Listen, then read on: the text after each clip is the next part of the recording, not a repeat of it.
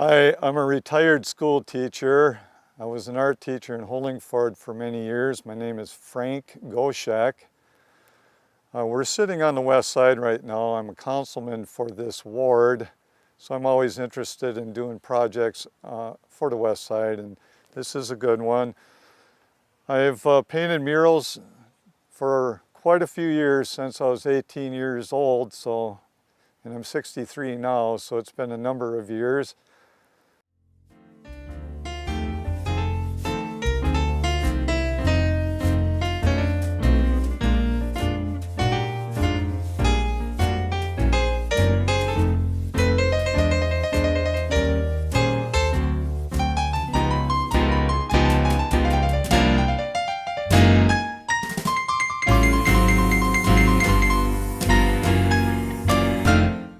So this is more just to commemorate what happened on this stretch of the river. It's basically a little bit of a, a nostalgic look into the past of what was here at one time.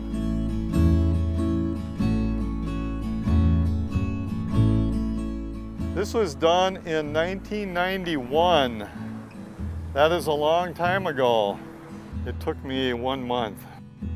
I don't think I was ever so exhausted in my life because I knew fall was coming, and we were out here in October yet. We had some good days, which we're lucky, but I thought we're gonna have to put it off and finish it the following spring. But I snuck it in there, and it took 1 month.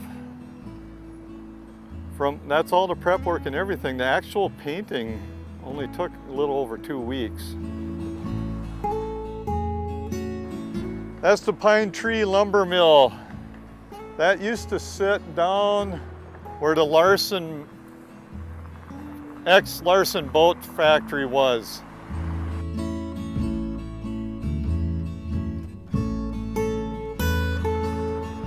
The loggers, right up through here, this area, the logs used to come in. On that side of the dam, there's still log chutes where the logs could go through the chute, to get down below and stuff. But that was the power company. That's the dam.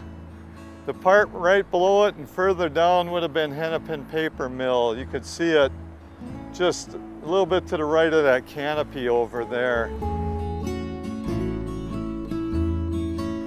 A lot of volunteer work. There was a guy, Bill Osberg. He had Bill's Decorating in town at the time. He came and primed most of the building, him and Dale Peterson. And they just volunteered their time, and they put all the primer and stuff down. So when I came, all I had to do was the painting. This mural, you see the railroad track?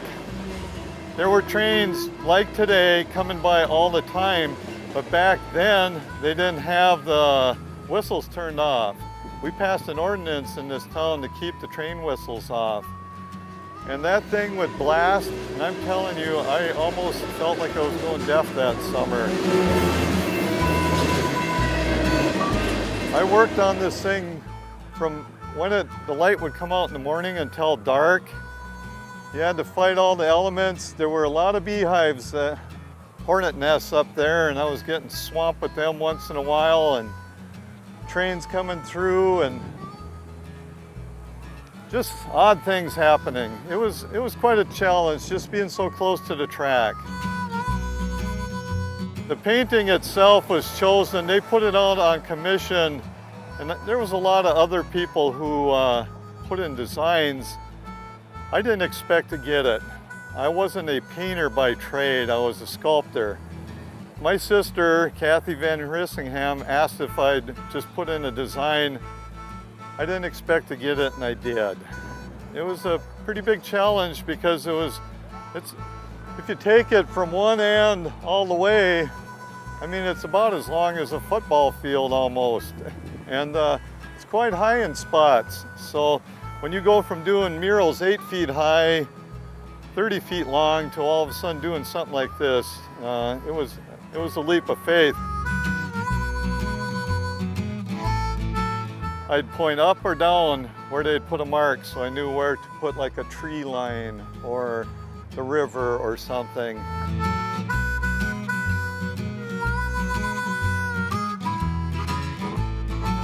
I was proud of it. We won a national award, so I did okay. I didn't come up with any of the sites. There's concerned citizens because some of the buildings were looking kind of rough. And at the time, the landowner didn't have the finance or the interest in actually doing something with it. So these groups like Margie Cole, she used to be one of the pastors at the Assembly of God Church. She would get together and see that there's a bunch of kids around town. They need something to do. They might get into mischief if they're not busy. And she would look at a building and say, that building could use some spicing up. And she would go through all the bother of talking to them, getting the kids together, contacted me, get my take on it. And because I'm a teacher, I could work with the kids and have a good time with them. I remember with Margie, we were given the bell tower in the courthouse way on top. That was our room to get together and do our designs and bring all of our photos and our history together. And from there, we'd walk over to Pete and Joy's bakery and work on the mural. Yeah, it brings back fond memories. People like to look at things. They like to wonder why it was there and what it's representing. It's a good way to display public art.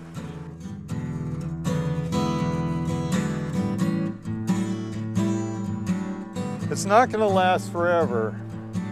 This has been here since 1994, and that's a long time. It's still holding up. I'm surprised the paint we put on here, which is donated by Velspar, it's held up for a long time. The mural's faded quite a bit, but it's still recognizable. I think it's holding up better than I anticipated. We were commissioned, I think it was 1994. I had a group of kids that volunteered. We ran an ad in the local newspaper and asked for kids from 18 years old, between 18 and 10. And I had a group of about, I think 25 that showed interest. I worked with the kids on the design. They are in the mural, a lot of them. We use them as models, and there's part of the mural painted into the mural. If you look over there, because the kids were working on it, they wanted to show them working on the mural. It kind of shows Little Falls from the far past before the town actually was here to a time period about Charles Lindbergh's time here, and it progressively came forward to 1994. So as you see it in the foreground, the larger images were more of the present day, and everything in the background was more hazy and distant looking.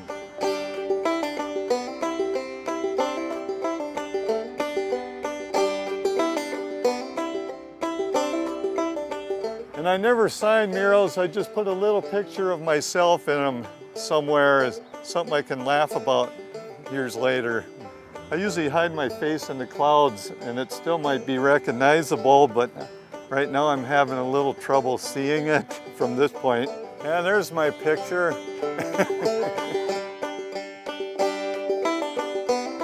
Of course you recognize Lindbergh's plane, that was for that time period.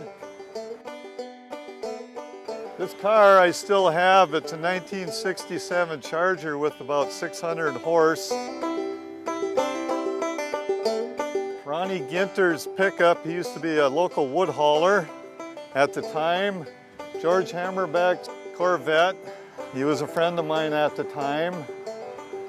This is my niece, Gabrielle Van Rissingham, who is Gabrielle Meyer. She writes books and she's a published author from Little Falls now. Andrea Van Rissingham, who is Andrea Skoglund now. And Some of these kids, I forgot their names because I run into them once in a while. And Scott Andrews is over here. He is an artist also. He was an aspiring young artist and was kind of my assistant at the time. And each person in here actually worked on the mural except this guy. We just figured we needed a biker. But everyone else, pretty much, they've grown up and they live in the area or have moved on. And the mural itself, if you look back here, this is Native American and it doesn't have any buildings. That would be towards the west side. And as it progresses forward, this car here would match up with Lindbergh's. This is 1957, then it goes to 67. That's a 94, and of course the more modern vet.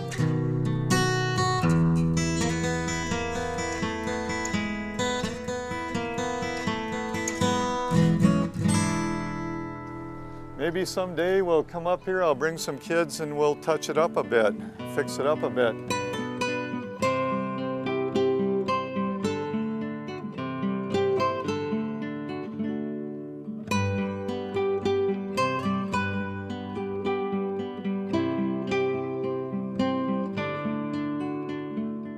It was a hot summer.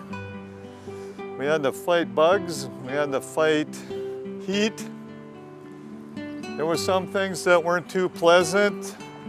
There was an elder lady walking across that sidewalk and a person was driving this way and not paying attention to the lady and looking at the mural, and he hit her and she ended up in a hospital for quite a while.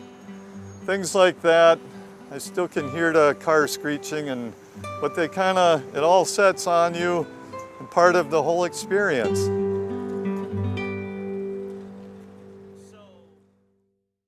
All the murals I do encourage to work with community members. We try to make them a community project. For me, they're more fun than just going out and doing it for a financial reason. I do many artistic things. If I want to do it for finance, I'd be bopping all over the place. But I love working with the kids. I love working with the elder people.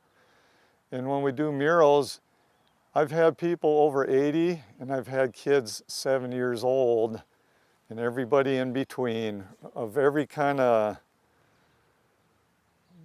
There's businessmen, there are people working mills, there are a lot of people from the boat works, there are housewives and gardeners and lawyers. I've worked with them all, so it's a lot of fun.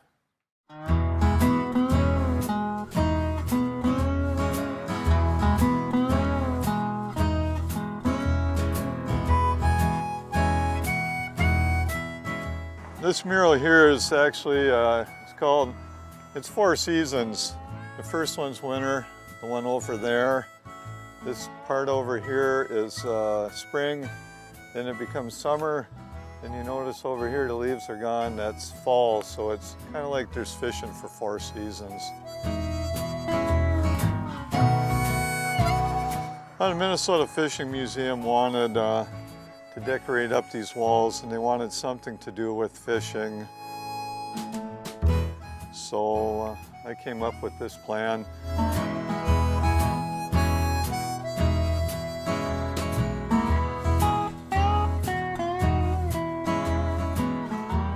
The Fishing Museum here has a really good display on ice fishing and summer fishing.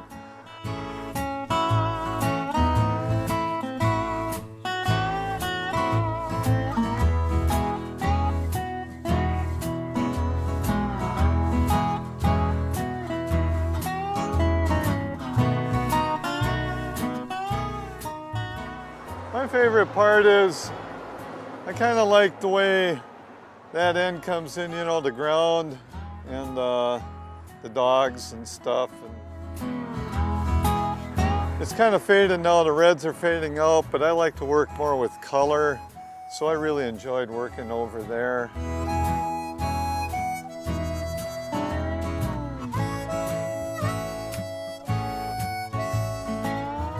Well, as I mentioned a little earlier, it was supposed to represent the 4 seasons, and as you can see, that area, like I said, looks more like spring, you know, where the leaves are just coming out. And then this is summer. That tree over there, if you notice on the left side, it's got the fall colors, and on the right side, it's got the summer colors. So it's kind of the transition time right there from fall to spring. And then it goes into summer, and then it goes back to fall again.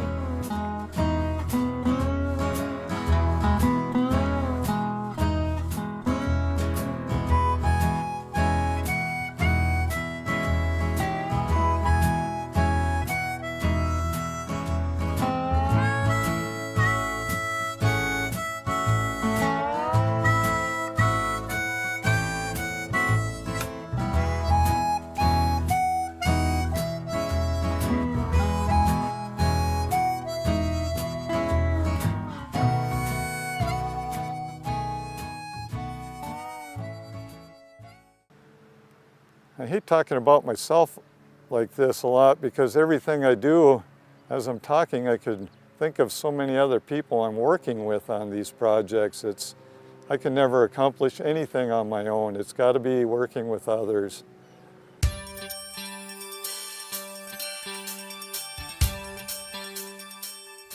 It was nice to see this old building being used for something, because for many years it sat idle. It used to be the Greens and Schaefer's Red Owl stores. They folded and the building looked like it was going to be torn down someday, but the Boys and Girls Club, they picked it up and they wanted it to look nice out here, so we remodeled it a bit, and they did the inside and had us decorate the outside a bit.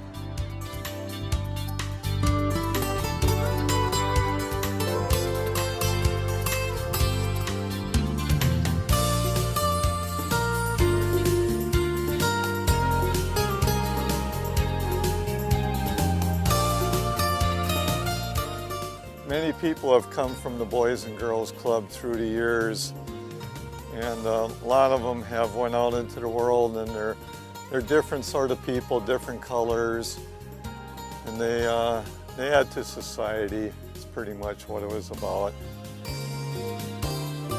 This mural was Bernie Jube from the Boys and Girls Club contacted me to do it, and it was also to work with the kids from the Boys and Girls Club.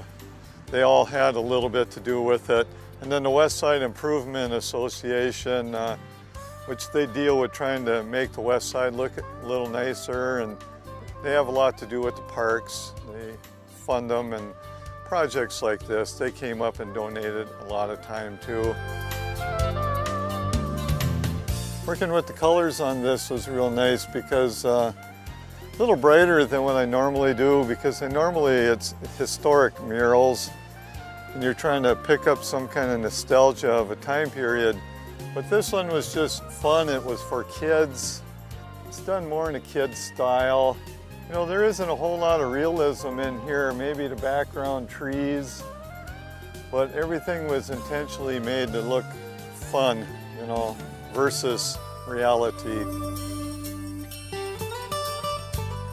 The West Side Improvement Association and Main Street were looking at just fixing it up. They were looking for sites that were kind of rough looking to fix them up.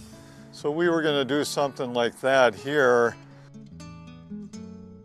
This building was getting pretty shabby at one time. The Boys and Girls Club, they've done wonders on it. They fixed the outside up quite a bit, the inside. This wall here was actually coming apart in a lot of places, and they had to do a lot of remortar work and fixing up, you know, like that. We did some ourselves.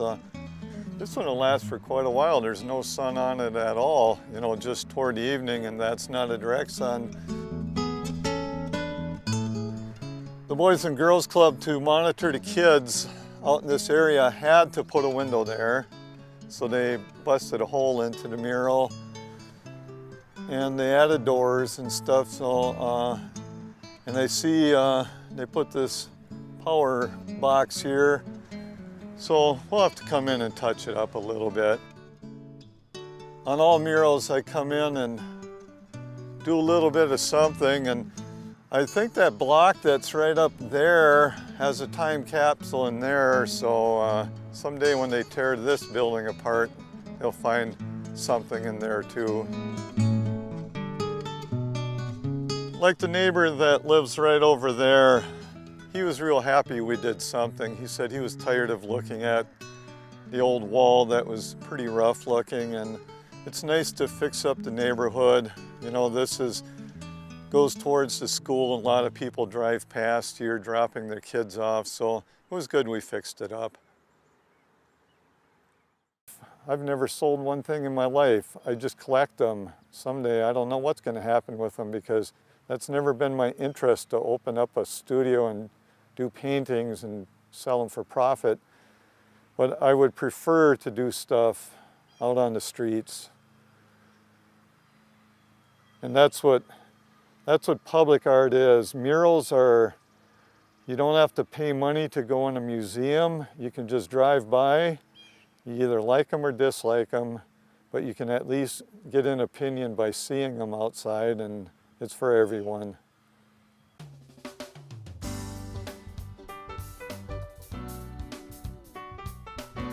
Well, it's the Gail Ax Mural.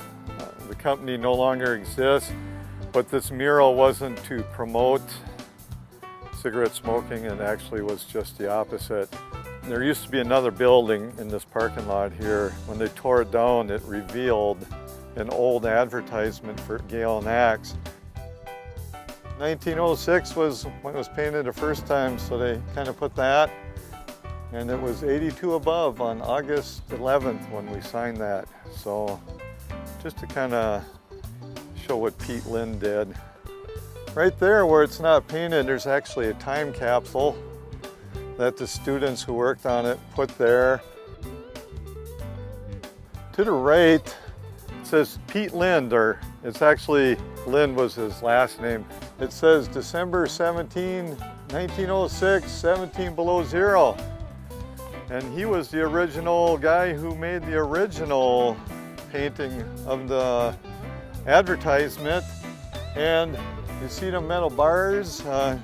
Them bars are there to hold a false wall that was here, because there's no way he would have painted that in the wintertime, 17 below, unless if they had heat in there. What they used to do is build out a false wall when they'd brick up these places so they could work through the winter. And then he painted it after that, the brick all settled and set up and stuff. So there's a little history there. It started out Navy Gail Ax Tobacco, and then Navy Blues. Blue, a little play on the words, like the blues from smoking. Surgeon General's warning. And then it showed the blues, but everything hazed off. It showed people carrying their oxygen tanks and their families, and kind of ghost images. And the tombstones were there about like the time we became aware about bad cigarette smoke in the 1980s. We were woken up to it in the 1960s, more aware, and then how it became more awareness as it came forward and as the present day comes, where there was a time cigarettes weren't looked upon as a bad thing, and it gradually changed, you know, as we became more aware of it.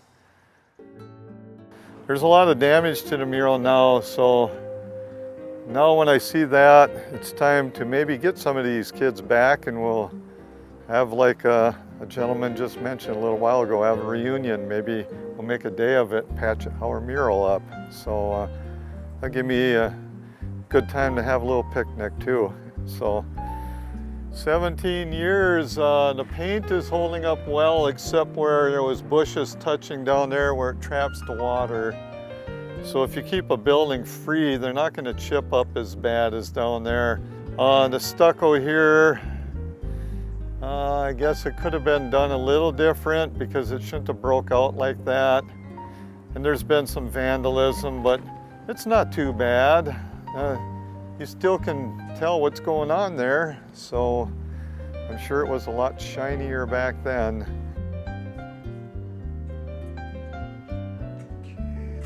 first part, right up to the peat lind.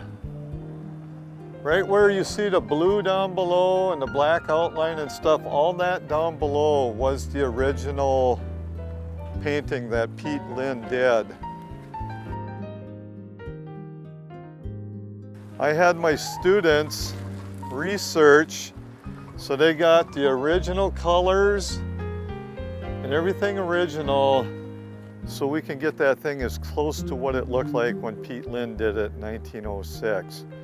From that point on, everything was added by the students. They came up with the design. They would do their drawings and everything, and this is what they came up with for an idea, and then we put it on here.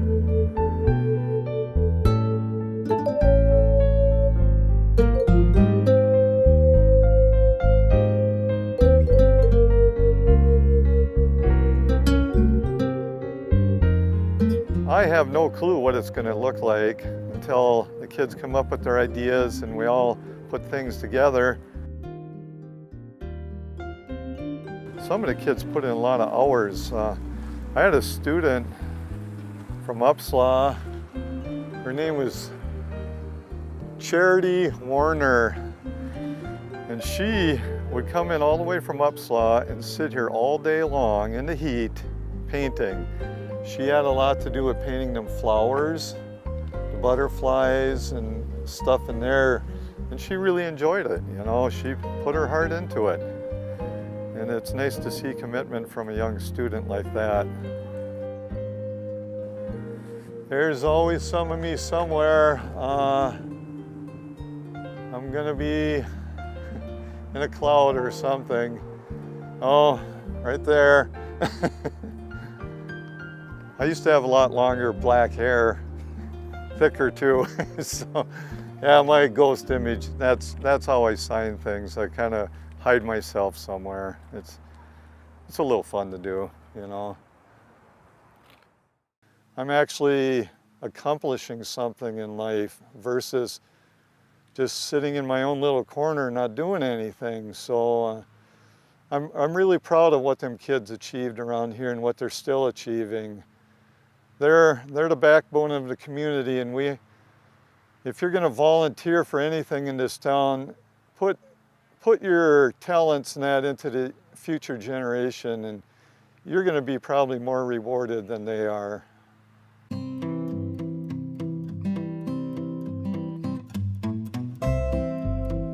The mural here was the first side I painted, so I had to learn everything for doing that side. This project again was made by the Main Street organization with Ann Gerby as their leader and a lot of volunteers, adult volunteers, younger volunteers. I still have some elder people who come up to me, and they're in their 70s and 80s now, that worked on this mural. What I remember most about this mural is when I was accepted to do this job, or they picked me, I was really happy because I wanted to do something like this. But then when I came here and looked at it, and it was time to start painting, I got a little bit nervous if I could actually achieve it.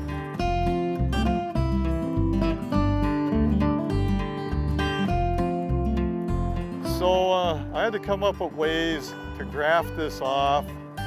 And what was on the drawing in a 1-inch square area turned out to be 6 feet square on here. So I had to blow everything up real large. And to do that, I had people with strings and weight. Then we'd run a line and square this whole thing off. But the hardest challenge was the public at the time. When I first started it, people think when you do a painting, you start on the left side and you finish on the right, but it comes in layers. You prime it, you put the background colors, you add the trees, you put the buildings over the trees, you put the people over the building, so everything looks like it's natural and the perspective is correct. people would drive by and it didn't look like much. And they would actually give some pretty bad remarks, you know, a little swearing here and sometimes a little gesture with the hand, and I was called an idiot quite a few times, but to work through that, because I was looking at it, it's going to be a lot to do to begin with, and I didn't anticipate all this other stuff. So I had to work through it, and finally the day came where people weren't doing that anymore. They were pulling up, they wanted to take their picture in front of it. Newspapers were coming, there was a couple television programs came in on this one, and people were giving me the thumbs up instead of the opposite, and it made me feel pretty good. It was a confidence builder, so by the time I got to that wall, the only obstacle I had there was basically the trains and just the weather. The weather was pushing fall on that one. This part of the mural, I think, only took 10 days of actual painting. But if you would see when I paint murals, I don't just paint with brushes.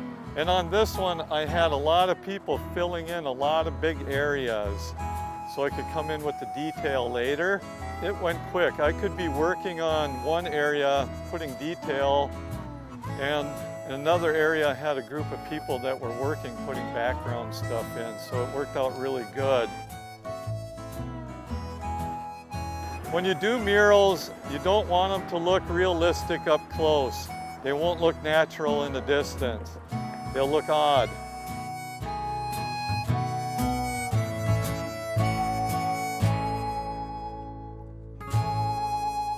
That crosswalk there I used a lot, and I'd have to run back and forth, eyeing it up to make sure everything was going right. Out of perspective, it's actually made to look like if you go down that street, come forward, you could drive into it, which somebody did one time. Putting into history like the old brewery that used to sit up on Bank Square, White Label Beer.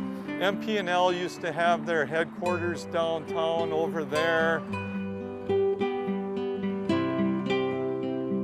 And all the cars that are in this thing, a lot of them, I put license plate numbers of cars I had and my brothers had. This side's actually holding up better than the other side because this side has never been touched, and I noticed there's just a few minor areas that need work on, but this thing is never in the direct sun. You get some sun when the sun first comes up in the morning, but usually by midday, there's no sun on this wall at all.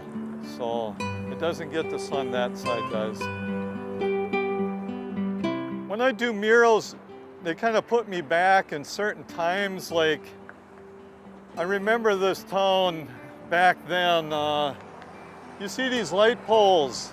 I actually got them from visiting the Historic Society, their Weyerhaeuser Museum, and I found a picture that had them old light poles in it. So Little Falls had them at one time.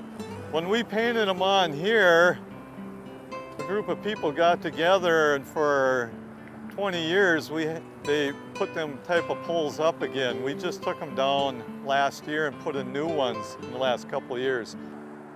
Someday when they tear it down, we try to put a little time capsule in them too. So if you tear off some of them brick, I don't know where we put it because it's covered. They probably won't be opened up while I'm alive. Probably be long after I'm gone, but somebody will have a little bit of fun looking at them someday.